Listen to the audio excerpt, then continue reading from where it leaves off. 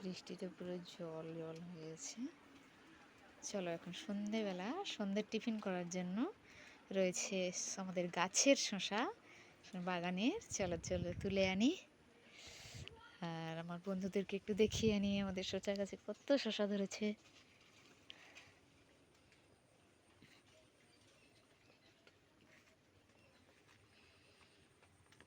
এই দেখো কত শশা হয়েছে, সবজি হয়েছে।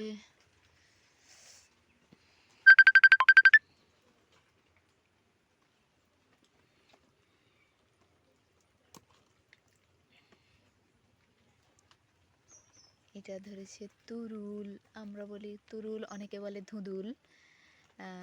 তোমরা কি বলো বন্ধুরা, কমেন্ট করে জানিও। ওই যে ওদিকে হচ্ছে